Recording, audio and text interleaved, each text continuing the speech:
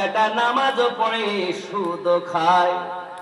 মসজিদেতে আজান দিলে সবার আগে যায়, মসজিদ থেকে বাইরে এসে সুদের টাকা খায়। নামাজ হইল না রে তোর, নামাজের নিলি না খবর। নামাজ তুমি ধর্ম জানো, চুরি তোমার পেশা। নামাজ তুমি ধর্ম জানো, চুরি তোমার পেশা। ওই নামাজ তোমার কবুল হবে কেমনে করলে আশা। নামাজ হইল না রে তোর, নামাজের নিলি না খবর।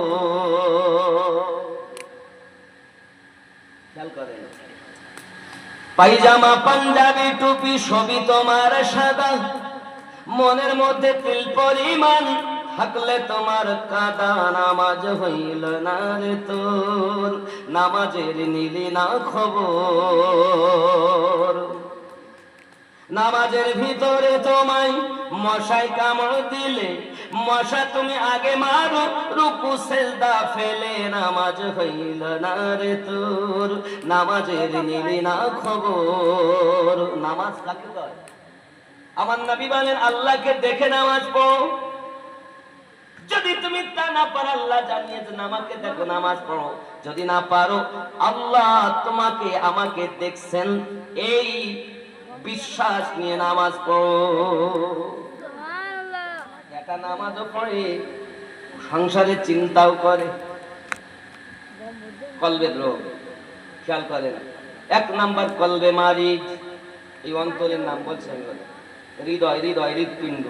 কারণ ভারতের রাজধানী দিল্লি, বাংলার রাজধানী কলকাতা। রাজধানী যদি খারাপ হয় তা পুরো বাংলা খারাপ হয়। রাজধানীতে যদি কোনো অসুবিধা হয়ে যায় পুরো ভারতবর্ষ খারাপ হবে কি হবে না?